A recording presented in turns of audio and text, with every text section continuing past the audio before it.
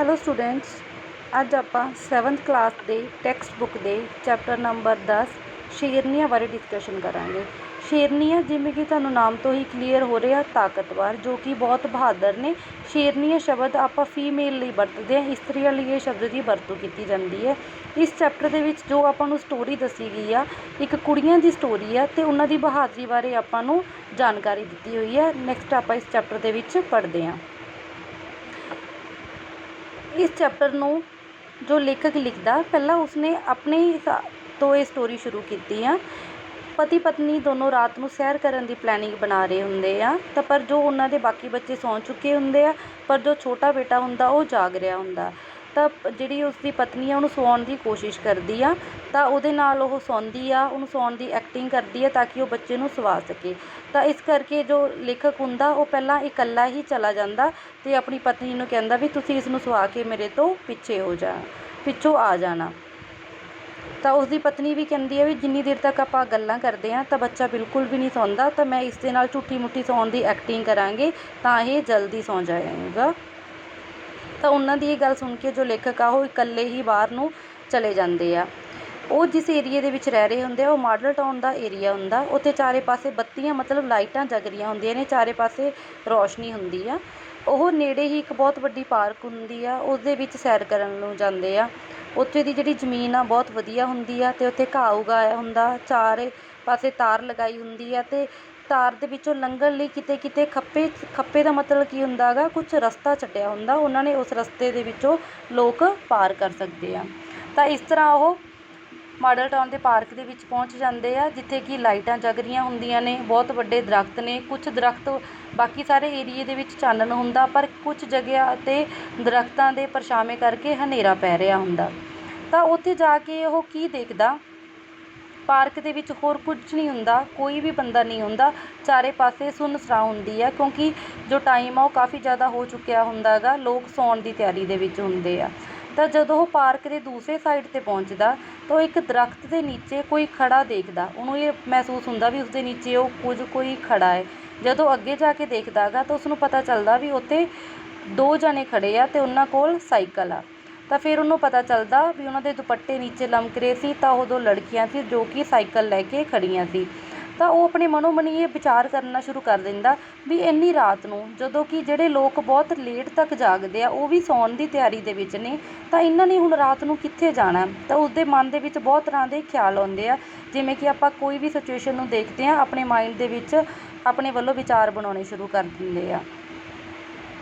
ਤਾਂ ਉਸਨੇ ਜਦੋਂ ਦੁਬਾਰਾ ਦੇਖਿਆ ਵੀ ਉੱਥੇ ਜੋ ਕੁੜੀਆਂ ਨੇ ਉਵੇਂ ਹੀ ਖੜੀਆਂ ਹੁੰਦੀਆਂ ਨੇ, ਤਾਂ ਉਹ ਪਾਰਕ ਦਾ ਗੇੜਾ ਲਾਉਣ ਚਲਾ ਜਾਂਦਾ। ਜਦੋਂ ਉਹ ਗੇੜਾ ਲਾਉਣ ਚਲਾ ਜਾਂਦਾ ਹੈਗਾ ਅਤੇ ਜਦੋਂ ਵਾਪਸ ਮੁੜਦਾ ਹੈਗਾ ਫਿਰ ਵੀ ਉਹ ਕੁੜੀਆਂ ਉੱਥੇ ਹੀ ਖੜੀਆਂ ਨੇ।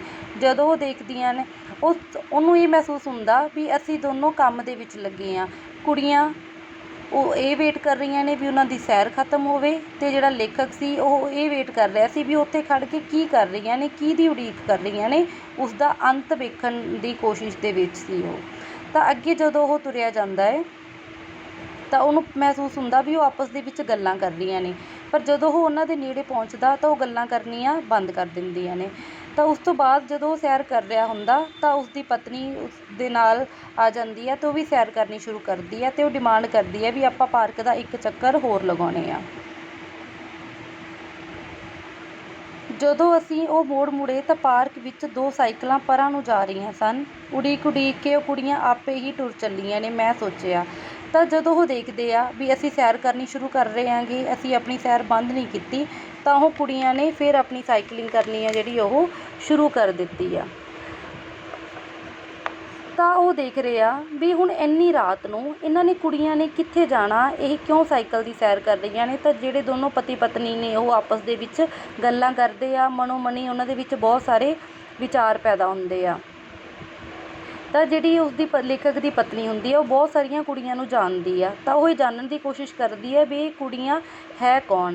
ਜਦੋਂ ਉਹ ਟਹਿਲਦੇ ਸੈਰ ਕਰਦੇ ਹੋਏ ਉਹਨਾਂ ਦੇ ਕੋਲ ਪਹੁੰਚਦੇ ਆ ਤਾਂ ਲੇਖਕ ਨੂੰ ਕੁਝ ਅਜੀਬ ਮਹਿਸੂਸ ਨਹੀਂ ਹੁੰਦਾ, ਕਿਉਂਕਿ ਉਹਨੂੰ ਪਤਾ ਵੀ ਮੇਰੀ ਪਤਨੀ ਮੇਰੇ ਨਾਲ ਹੈ, ਕੋਈ ਲੇਡੀ ਮੇਰੇ ਨਾਲ ਆ, ਤਾਂ ਹੋਰ ਲੇਡੀਜ਼ ਕੋਲ ਜਾਣ ਤੋਂ ਉਸਨੂੰ ਕੋਈ ਵੀ ਪਰਹੇਜ਼ ਨਹੀਂ। ਤਾਂ ਉਹ ਜਦੋਂ ਅੱਗੇ ਜਾਂਦੇ ਆ ਤਾਂ ਉਸਦੀ ਜਿਹੜੀ ਪਤਨੀ ਹੈਗੀ ਉਹ ਉਹਨਾਂ ਨੂੰ ਪਹਿਚਾਣ ਲੈਂਦੀ ਹੈ। ਉਹ ਕਹਿੰਦੀ ਹੈ ਇਹ ਤਾਂ ਸਰੋਜ ਅਤੇ ਬੀਨਾ ਨੇ, ਕਿਉਂਕਿ ਉਹਨਾਂ ਦੀ ਪਤਨੀ ਬਹੁਤ ਸਾਰੀਆਂ ਕੁੜੀਆਂ ਨੂੰ ਜਾਣਦੀ ਹੈ।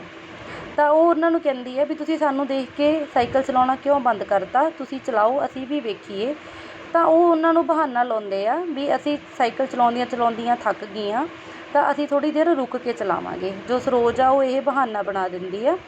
ਤਾਂ ਉਹ ਜਿਹੜੀ ਲੇਖਕ ਦੀ ਪਤਨੀ ਆ ਉਹਨਾਂ ਨੂੰ ਪੁੱਛਦੀ ਆ ਵੀ ਥੱਕ ਗਏ ਹੋ ਜਾਂ ਤੁਹਾਨੂੰ ਸੰਗ ਆਉਂਦੀ ਆ। ਫਿਰ ਉਹ ਗੱਲ ਕਲੀਅਰ ਕਰਦੀਆਂ ਨੇ ਵੀ ਸਾਨੂੰ ਸੰਗ ਆਉਂਦੀ ਆ ਸਾਈਕਲ ਚਲਾਉਂਦੇ, ਇਸ ਕਰਕੇ ਹੀ ਅਸੀਂ ਰਾਤ ਨੂੰ ਸਾਈਕਲਿੰਗ 'ਤੇ ਆਉਂਦੇ ਹਾਂ ਤਾਂ ਕਿ ਇੱਥੇ ਕੋਈ ਸਾਨੂੰ ਨਾ ਦੇਖੇ।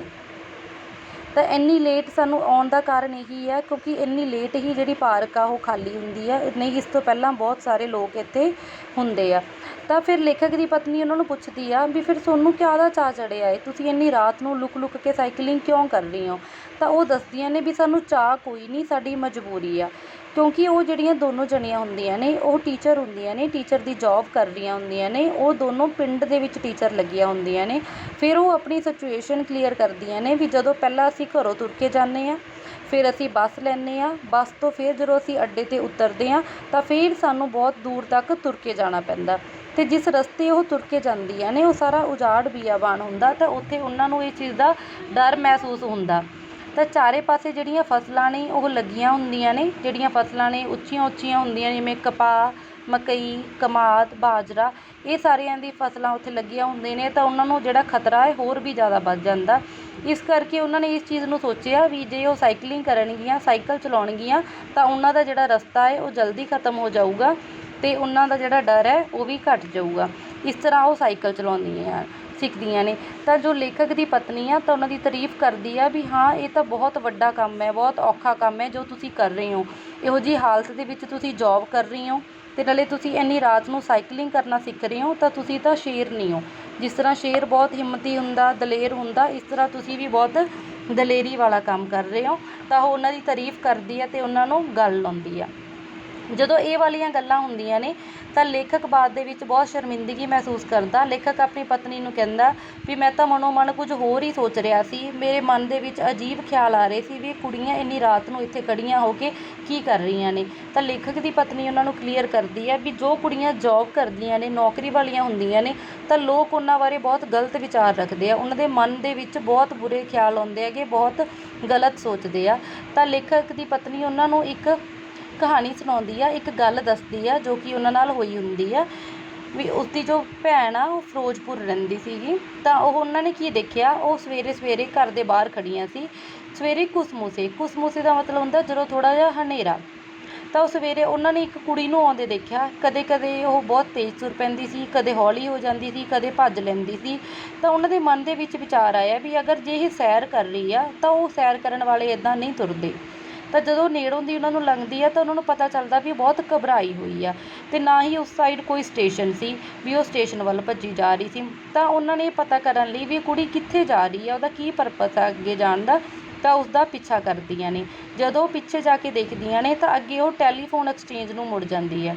ਫਿਰ ਜਦੋਂ ਉੱਧਰ ਨੂੰ ਮੁੜਦੀ ਆ ਤਾਂ ਉਹਨਾਂ ਨੂੰ ਪਤਾ ਚੱਲਦਾ ਵੀ ਉਹ ਟੈਲੀਫੋਨ ਆਪਰੇਟਰ ਸੀ ਅਤੇ ਉਹ ਆਪਣੇ ਕੰਮ ਤੋਂ, ਆਪਣੀ ਡਿਊਟੀ ਤੋਂ ਦੇਰ ਹੋ ਰਹੀ ਸੀ, ਇਸ ਕਰਕੇ ਉਹ ਭੱਜ ਕੇ ਜਾ ਰਹੀ ਸੀ। ਇਸ ਤਰ੍ਹਾਂ ਉਹ ਗੱਲ ਕਲੀਅਰ ਕਰਦੀ ਆ ਵੀ ਆਪਣੇ ਮਨ ਦੇ ਵਿੱਚ ਇੱਦਾਂ ਦੇ ਬਹੁਤ ਜ਼ਿਆਦਾ ਵਿਚਾਰ ਆ ਜਾਂਦੇ ਆ। ਆਪਾਂ ਨੂੰ ਸਿਰਫ ਆਪਣੇ ਆਧਾਰ 'ਤੇ ਕਿਸੇ ਬਾਰੇ ਫੈਸਲਾ ਨਹੀਂ ਕਰਨਾ ਚਾਹੀਦਾ, ਹਾਲਾਂਕਿ ਪਹਿਲਾਂ ਸਿਚੁਏਸ਼ਨ ਨੂੰ ਚੰਗੀ ਤਰ੍ਹਾਂ ਸਮਝ ਲੈਣਾ ਚਾਹੀਦਾ ਹੈ। Thank you.